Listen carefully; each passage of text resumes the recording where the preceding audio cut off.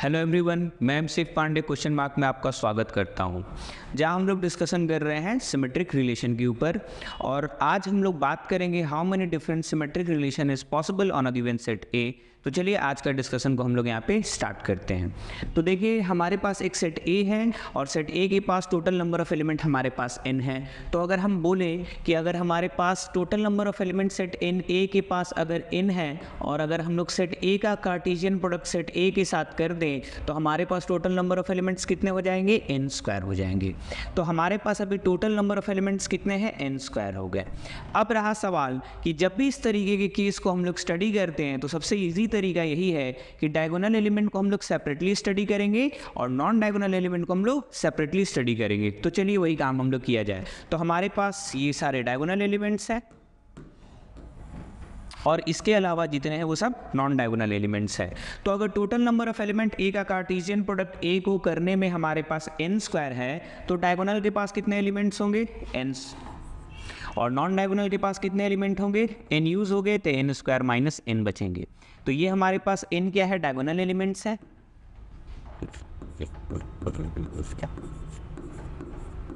Diagonal elements. और ये हमारे पास एन स्क्वायर माइनस है नॉन डायगोनल एलिमेंट्स।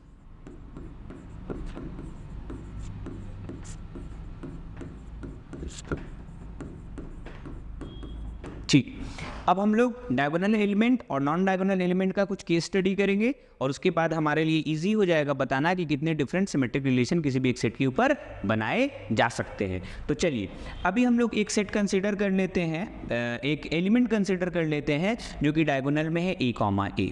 अब इसका कुछ केस स्टडी बनाते हैं हम लोग। तो हमारे पास केस स्टडी क्या है? एक रिलेशन है हमारे पास R1 और R1 के पास जो एलिमेंट है ए कॉमा बी,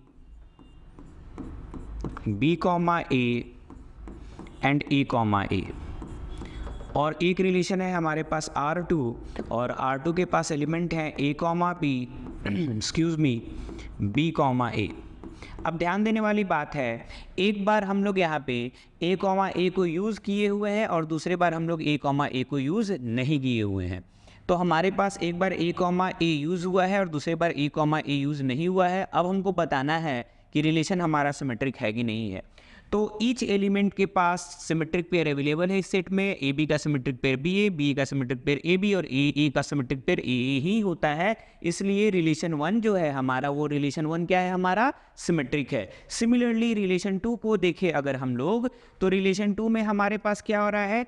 ए कॉमा बी का symmetric pair B comma A है और बी कॉमा ए का symmetric pair A comma B है, तो भी ये रिलेशन हमारा सिमेट्रिक होगा। यानी कि अगर एक हम लोग कोई भी एक डायगोनल एलिमेंट ले लें तो उस डायगोनल एलिमेंट के पास दो चॉइस है, या तो वो रिलेशन में आ सकता है या वो रिलेशन में नहीं आ सकता है। उसके बावजूद भी रिलेशन हमारा सिमेट्रिक बनेगा। यानी हमारे पास ईच एलिमेंट के पास दो choice. Total number of element diagonal के पास कितने हैं? एन। यानी टोटल हमारे सिमेट्रिक रिलेशन डायगोनल एलिमेंट को यूज या यूज नहीं करके कितने बना सकते हैं? तो 2 इंटू 2 इंटू टोटल है n, ईच के पास चॉइस है 2, यानी 2 टू द पावर n हम लोग सिमेट्रिक रिलेशन यहां से बना सकते हैं। इसको मान लेते हैं इक्वेशन नंबर 1। अब हम स्टडी करेंगे नॉन डायगोनल एलिमेंट और नॉन डायगोनल एलिमेंट को स्टडी करने के लिए हम लोग कुछ केसेस देख लेते हैं नॉन डायगोनल एलिमेंट का। चलिए तो केसेस पहले देखा जाए। 1 मिनट।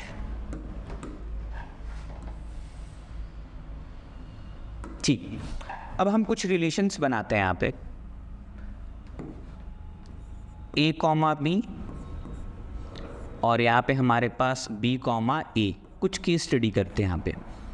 तो अगर रिलेशन में ए कॉमा बी अगर हम कंसिडर कर लिए तो बी कॉमा ए के पास कोई चॉइस नहीं, उसको रिलेशन में आना ही होगा।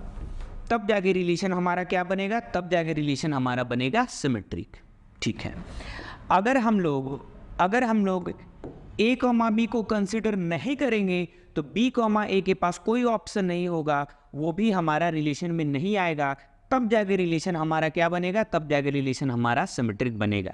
अगर हम लोग किसी एक को कंसिडर करें और दूसरे को कंसिडर नहीं करें, उस केस में रिलेशन हमारा सिमेट्रिक नहीं बनेगा।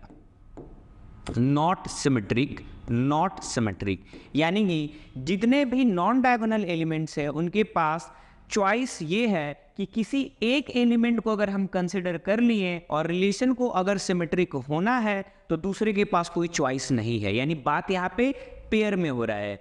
अगर हम लोग ए बी को कंसिडर नहीं करेंगे तो बी ए को कंसिडर नहीं करेंगे तो ए बी को भी हमको कंसिडर नहीं करना पड़ेगा, ए बी के पास भी कोई चॉइस नहीं रहेगा, यानी कि बात यहाँ पे भी पेयर में हो रहा है। यानी कि अगर हमारे पास ए बी है तो बी ए को भी होना होगा, अगर ए बी नहीं है तो बी ए को होना नहीं होगा, तब जाके रिलेशन हमारा सिमेट्रिक होगा। तो ये कुछ हमारा केस स्टडी था, यानी कि हमारे पास टोटल नॉन डायगोनल एलिमेंट्स कितने हैं, n स्क्वायर माइनस n, लेकिन सिमेट्रिक होने के लिए हम लोग टोटल कितने एलिमेंट को कंसिडर करेंगे, n square minus n by 2, क्योंकि बात यहाँ पे पेयर में हो रहा है। ये चीज यहाँ पे केस स्टडी से हम समझ चुके हैं। अब ईच पेयर के पास चॉइस कितना है, 2, या तो वो रिलेशन में आ सकता है या वो रिलेशन में नहीं आ सकता है, उसके बावजूद भी रिलेशन हमारा सिमेट्रिक होगा, यानी ईच के पास चॉइस है 2। टोटल एलिमेंट्स कितने हैं, n square minus n by 2, तो 2 इंटू ईच के पास चॉइस था हमारा 2, n square minus n by 2 elements हैं, और ये किसके बराबर होगा, 2 to the power n square minus n by 2 के बराबर होगा। ये हमारा total symmetric relation non diagonal elements को यूज करके हम लोग बना सकते हैं। अब रहा सवाल कि टोटल कितने सारे हमारे यहाँ पे सिमेट्रिक रिलेशन बनेंगे डायगोनल और नॉन डायगोनल पेयर को यूज करके, ऐसे कितने सारे सबसेट होंगे ए क्रॉस ए के जो कि रिलेशन हमारे सिमेट्रिक होंगे। तो सिंपल यहाँ पे कॉम्बिनेशन के बारे में बात हो रहा है, तो ये हो गया हमारा इक्वेशन नंबर 2, ये हो गया इक्वेशन नंबर 1, दोनों को मल्टीप्लाई कर देंगे और हमारा आंसर आ जाएगा। इक्वेशन 1 को मल्टीप्लाई कर देंगे इक्वेशन 2 से, यानी कि 2 टू दी पावर n का मल्टीप्लीकेशन हमारा होने वाला है 2 to the power n square minus n by 2 से, और इसको जब हम सॉल्व करेंगे तो हमारे पास आएगा 2 to the power n into n plus 1 by 2, यानी टोटल हम लोग सिमेट्रिक रिलेशन किसी भी एक सेट पे जो बना सकते हैं वो टोटल कितना होगा, 2 to the power n times n plus 1 by 2। तो ये रहा हमारा सिंपल एक how many different symmetric relation is possible on a given set A. तो आज यहीं पे हम लोग करते हैं इस वीडियो को समाप्त। अगली वीडियो में हम लोग डिस्कस करेंगे ट्रांजिटिव रिलेशन। तब तक के लिए आप लोग लाइक कीजिए, सब्सक्राइब कीजिए अगर वीडियो आपको इन्फॉर्मेटिव लगा है। तब तक के लिए थैंक यू सो मच।